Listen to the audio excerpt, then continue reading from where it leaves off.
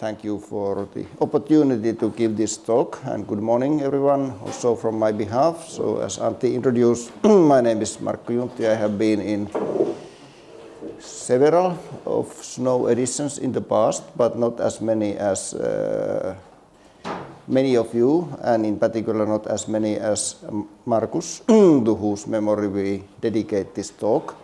So Markus, I think, was participating almost all snows so far before this one. And as said, I have been preparing this presentation with Marian Codreanu, and in particular his doctoral researcher in Oulu, Abou-Fazl Zakeri, who will give part of the presentation. And Marian and myself both have been Markus's co-workers and thesis supervisors, so we know his work from the beginning. The title of the talk is Compressive Sensing, From Compressive Sensing and Sparse Recovery to Age of Information. We wish to give a little bit highlight of the career and research topics Markus worked on, and also to give some technical insights on some of the results and findings. Of course, we cannot go into too much of detail in any of those. So Markus was born in 1986, and he finished his high school in 2005, then did his military service, did very well there as well, got the officer training and all that, and then he enrolled as a student in electrical engineering in University of Oulu, and then he did his studies in rapid time, and he was very smart student from the beginning. Already on the bachelor courses, some of the teachers like Kari Kärkkäinen, who is one of our major teachers who teaches all the students basically, noted his very early on as one of the bright minds there, and the same was when he entered some of my courses in the master phase. So it was a great pleasure that he decided to do the master thesis with us, and the master thesis was the title was Power Minimization in Single-Sync Data Gathering Wireless Sensor Network via Distributed Source Coding. So at that point he was working and interested more on the information theoretic basics, source choice channel coding.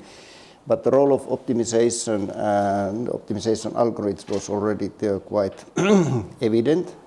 And then his doctoral thesis topic focused on use of optimization in the topic which was hot at that time, sparse recovery, compressive sensing, and, and thereby the thesis eventually ended up being entitled Distributed Compression Data Gathering in Wireless Sensor Networks. So the sensor network aspect was still there, but now focus more on the signal processing tools rather than information theory eventually.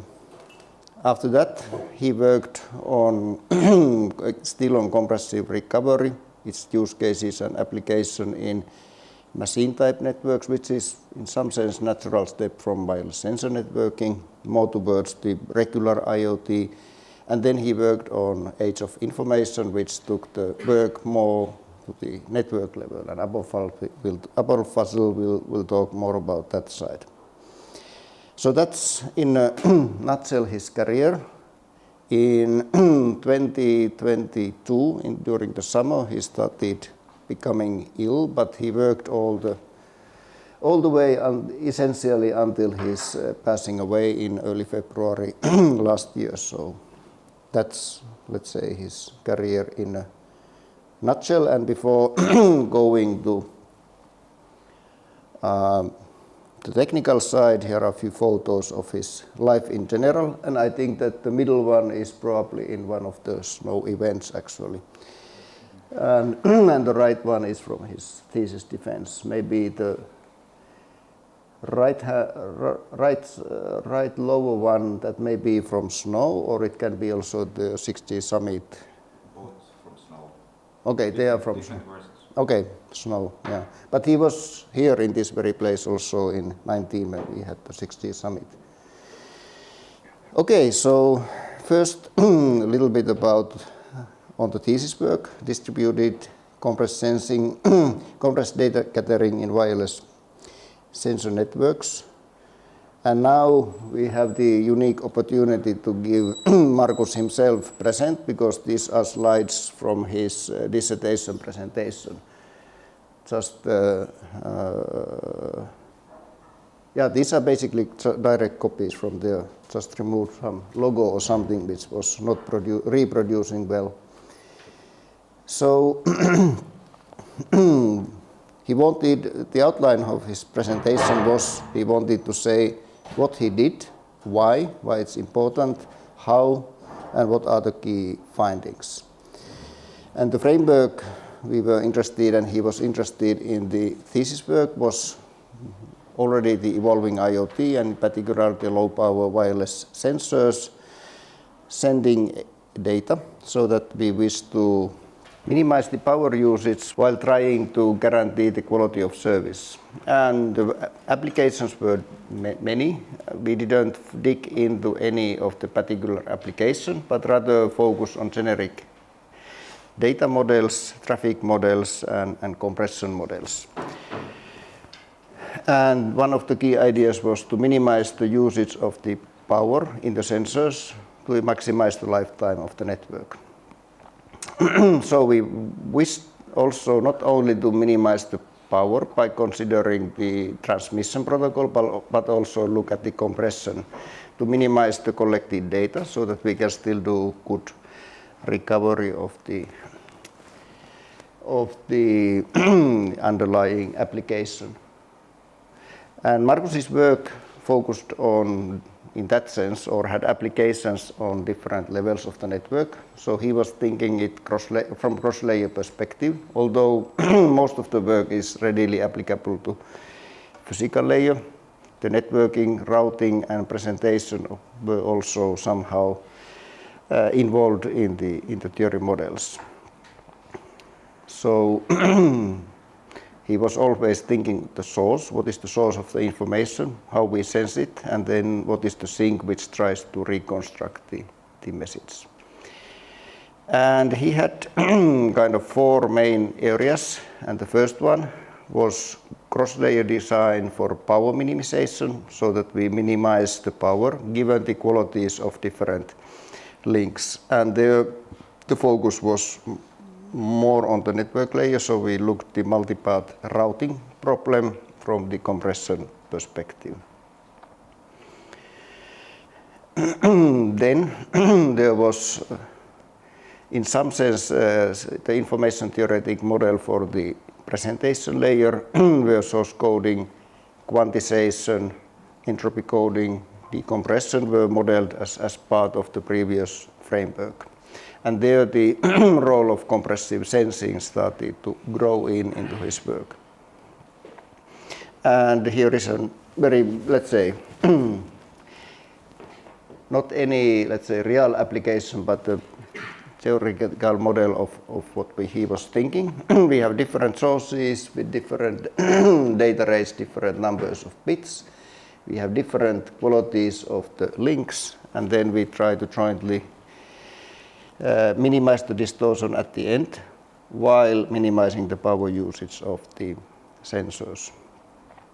And that leads to look at different sparsity and data compression schemes in the sparse domain, using the theory of compressed sensing. This is kind of famous figure from the basic compressive sensing papers. So the idea was to do accurate reconstruction from few linear measurements, and that was his second area of work in the chapter 3 of the thesis. And then the two more chapters, two more journals, all of them was one journal in one of the flagship journals, looked at the distributed distortion rate, optimized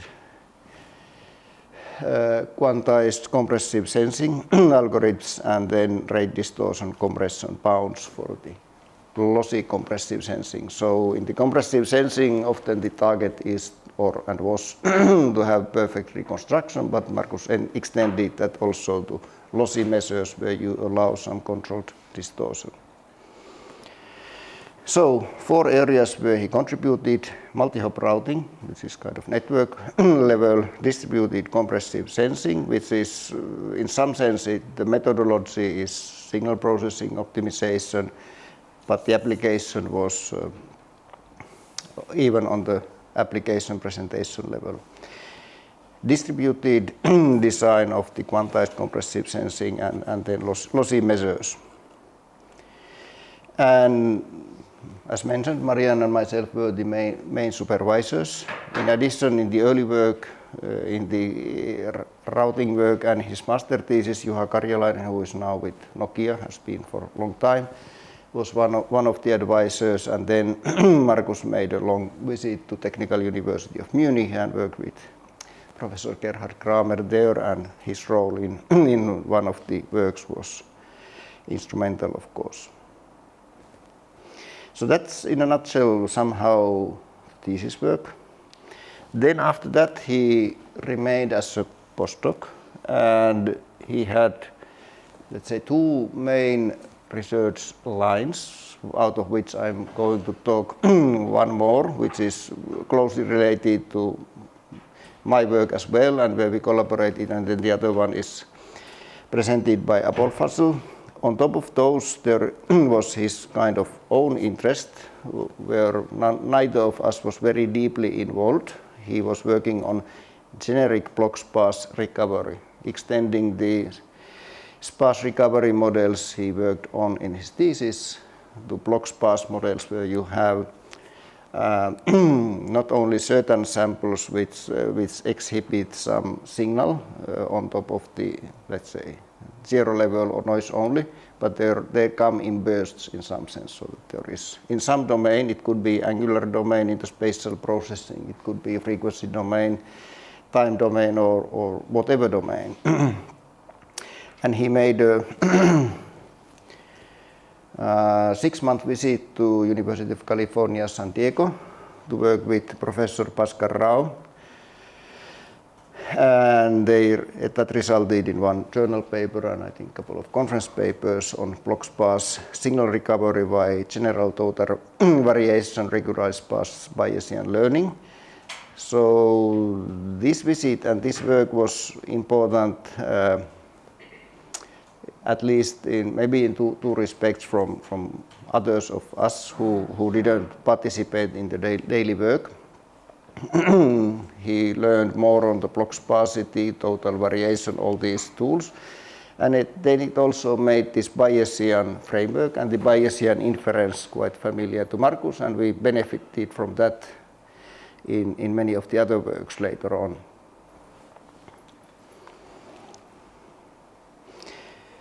Okay, so then two other topics he worked in the recent times.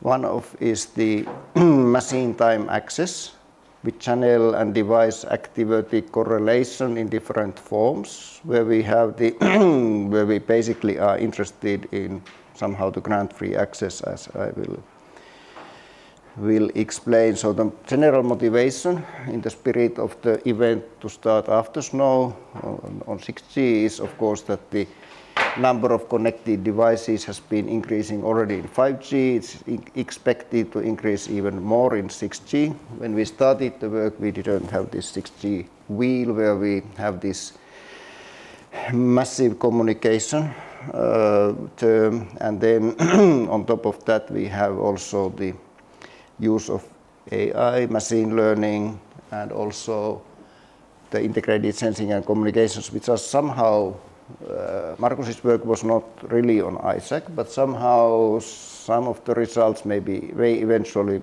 prove out to be useful in that scene as well. And from our perspective, his main contribution has been active co-supervision and work with 2 of our doctoral researchers, Hamza Diolat, whose thesis is device activity detection and channel estimation, or thesis topic channel estimation in massive machine type communications. Hamza will have his defense in 2 weeks from now. and Lucas Ribeiro, who worked on pilot allocation in massive MIMO systems. His defense is at the end of this month, so both of them are now graduating. And we have collaborated with Oulu and his postdoc Hanan Altous on these works. And then there has been some additional related collaboration with few other researchers from Oulu. Leatile Marata, he actually defended his thesis also quite recently. Hirle Alves is his main supervisor. So he was helping many people in this field. And the overall scope here is that we are interested in sporadic traffic, typically uplink traffic, where we have these IoT devices. It fits to this wireless sensor network framework which Markus was working on earlier, so that we don't know when the users are active, or we may have some prior knowledge in the Bayesian framework. Then we need to estimate the channel if we want to do coherent demodulation and all that for data detection. And then there is also the problem of pilot sequence allocation, typical for massive MIMO communications. And in all these fields we have worked and Markus was contributing. And indeed, the idea is that we focus on this grant-free access where we don't know when the transmission takes place, but still we assume that the devices are somehow synchronized to the network so that they roughly match to the period of time when they can transmit. And as said, we focused on MIMO or multi-user SIMO setup in more precisely. So we have simple devices with single antenna and a base station with very large antenna array. And then we have two problems: how to allocate the pilot sequences, if we can do that, if we can pre-allocate them, how to design them, how we can use the spatial correlation to enhance that. The other option is that we just do random pilot allocation and are focusing on the joint activity detection and channel estimation. And both problems we have addressed. Not going into too much details due to the lack of time, but let me mention that we ended up to formulate a multiple measurement vector sparse recovery problem, which was one of the problems Markus was working on his thesis, and he was of course very helpful in formulating the problem and then coming up with solutions. And then we were able to formulate that well in the Bayesian setting, find good sparsity promoting priors, giving good performance with expectation propagation algorithm, and obviously what Markus did in UC San Diego was very helpful in coming up with these solutions. And the other work, the pilot allocation, which is joint work with Oulu and his group. There we wanted to minimize the pilot contamination of impact of pilot collisions so that we intuitively allocate orthogonal pilots to users which are somehow close to each other in the spatial correlation sense, somehow in the same cluster or same direction. But we wanted to go beyond that, use this fancy tool called channel chart, which is a nonlinear mapping, in general, nonlinear mapping from the channel correlation information to some other representation domain. So the compression side is there. Now it's nonlinear. It was new challenge for Markus, new challenge for all of us. Oulu, who is one of the pioneers in this, was of course great help in understanding how to do it.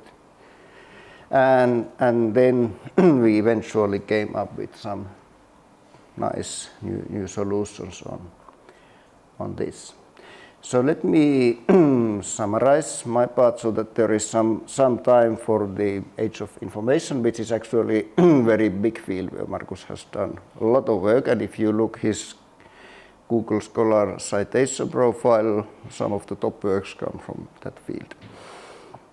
So we have been able to use this sparse recovery formulation in correlated device activity detection channel estimation, pilot allocation to capitalize the physical properties of the wireless channel, and improving the channel estimation and rate of the systems. And with that, I think I will give the floor to Abolfazl. Okay, thanks, Marco. And I'm very honored to be here. I'm Abolfazl Zakari from University of Oulu. I'm doing PhD there. Today I will be talking about age of information and especially Markus's contribution to age of information. Let's get started by introducing some people with whom Markus did collaboration during his almost 4 years work on age of information. First from the top comes with Marian Codrione. As Marco mentioned, he was co-advisor of Markus during his PhD study. And the next is Royes. I think most of you, maybe all of you may know him. He is actually inventor or introducer of the field. And next is Nicholas, who is also very active in this field, and together with Sheng Chen. From the bottom comes with Mohammad Moltafet, who was former PhD student in the University of Oulu. And next, Mohammad Hatami, who was also former PhD student in the University of Oulu. And next, myself, and last, Said, who is also doing PhD in the University of Oulu. So let's see why we should need age of information and what is that. So we now witnessing that there are many diverse applications for wireless communication, including basically in IoT field, including like vehicular communication or drone applications, surveillance, smart cities, and digital health. So these applications require status data like health information to be at the intended destination as timely as possible. So you can think of such a model. You have multiple devices, they're measuring some specific data, and they are submitting their status data to the network to the intended destination. So the question is that how we should design a network in order to address those requirements by these applications. So you can think of like in maximizing the throughput of the network, right? If you go to the maximize the throughput, you basically need to do more frequent updating, which may congest the network, and so we will have higher queuing delay. So which results in having a stale information at the destination, which is not good, right? So if we go then to do less updating, infrequent updating, we will have more inter-update time, which in result makes having stale information at the destination, again, which is not good. So for this regard, in order to capture so-called freshness in the destination, age of information is introduced almost in 2011 by Sanjay Kaul and Royes, which measure the time elapsed from the generation time of the last packet in the destination.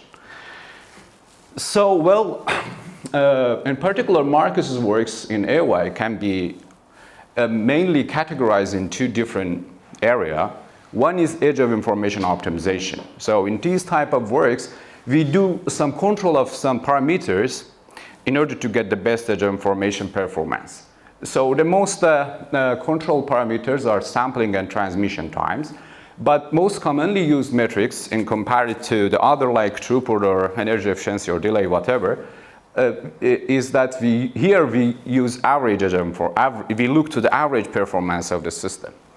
And another category is AOI analysis. And in this category, we use basically queuing models in order to model the underlying communication in a very abstract way, and then try to find a closed form expression of average age of information, or in some cases, peak age of information performance. So tools here, basically, of course, queuing theory and a stochastic hybrid system, which is introduced, I think, just for deriving average AOI performance, and of course probability theory and a stochastic process. If you do a little bit comparison between these two fields, you will see that they are quite diverse and they require different tools. And you will see that maybe with some surprise how Markus managed during very short time, 4 years I think almost, to learn those tools and doing some solid works in both categories. I will just explain a few of the results. Well, in the age of information optimization, first we look to optimization of AOI in the relaying system, that we have multiple independent sources. They are submitting their status data to transmitter in a random fashion. Then the transmitter transmits those packets to the destination. So we don't have a direct link between destination and transmitter. You can think of a vehicular network where, for example, a vehicle in the middle acts as a relay to send the status data to other vehicles. And we address the question how these packets should be served in order to get the best AOI performance. Of course, under some resource constraint. In another work, we look to the problem that we may have different type of sensors. One is basically uncontrollable sensors or sources.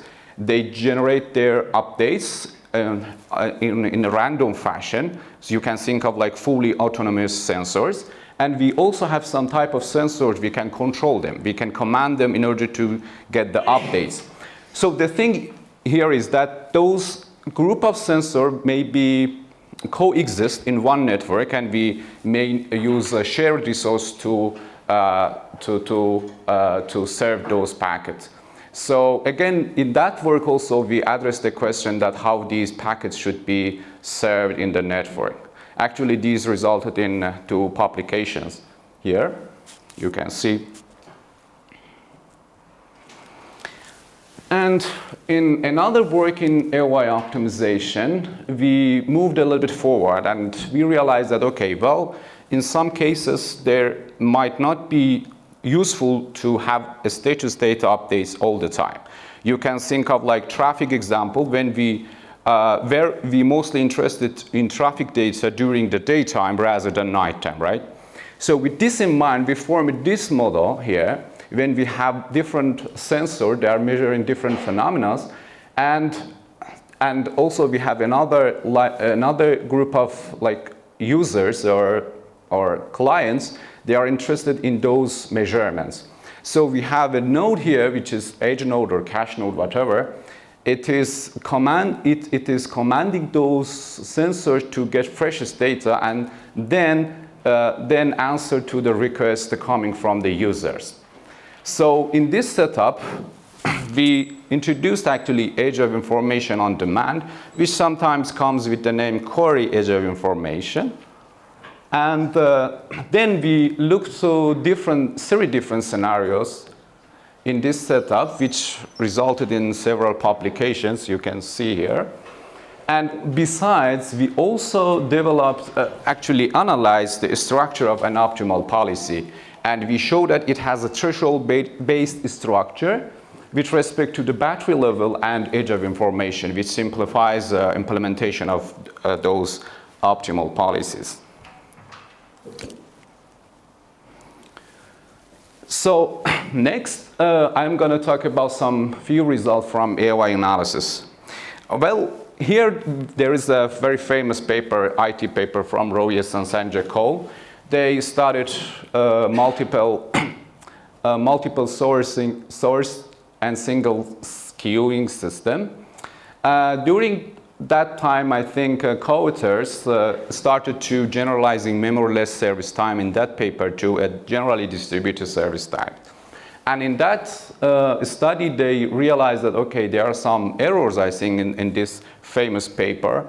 And with this setup there, where we have multiple independent sources, they submit their updates according to Poisson process to a single server, and the server then serves those packets following frisk-on, frisk-serve policy.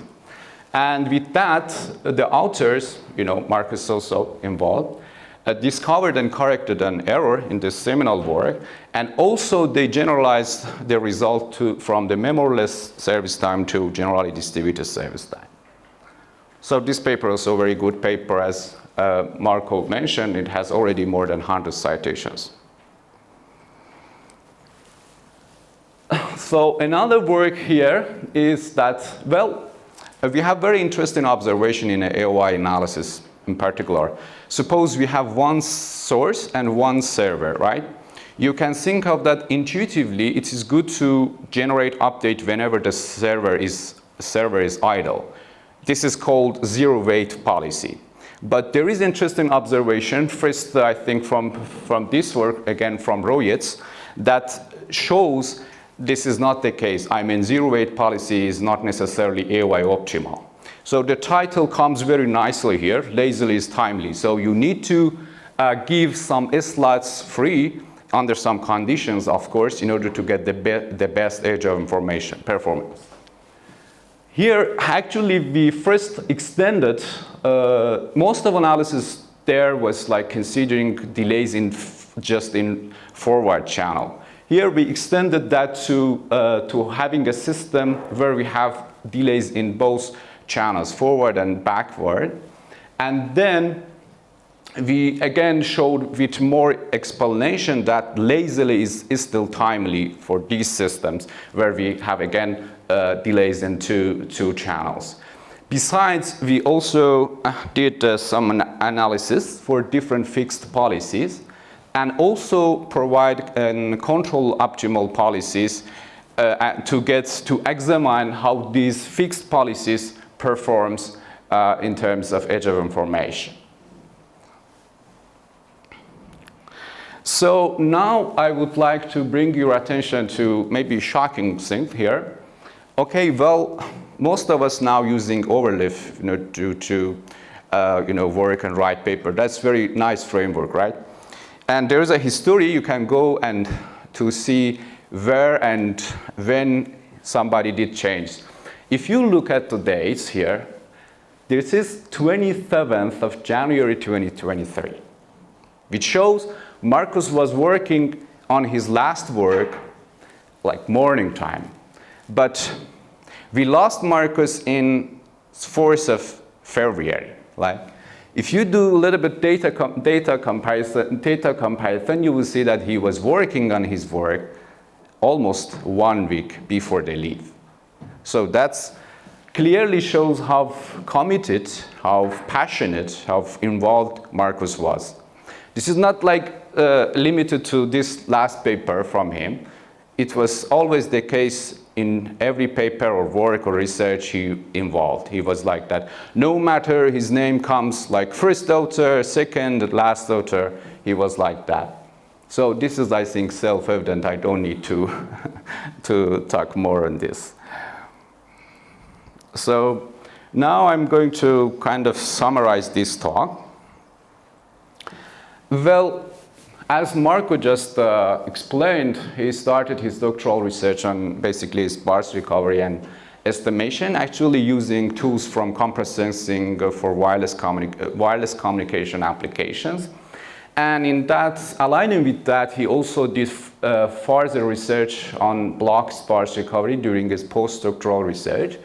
And also, somehow, in the same line of works, he applied the tools from compressed sensing to disjoint activity detection and channel estimations, which is mostly appears in massive machine type communication systems.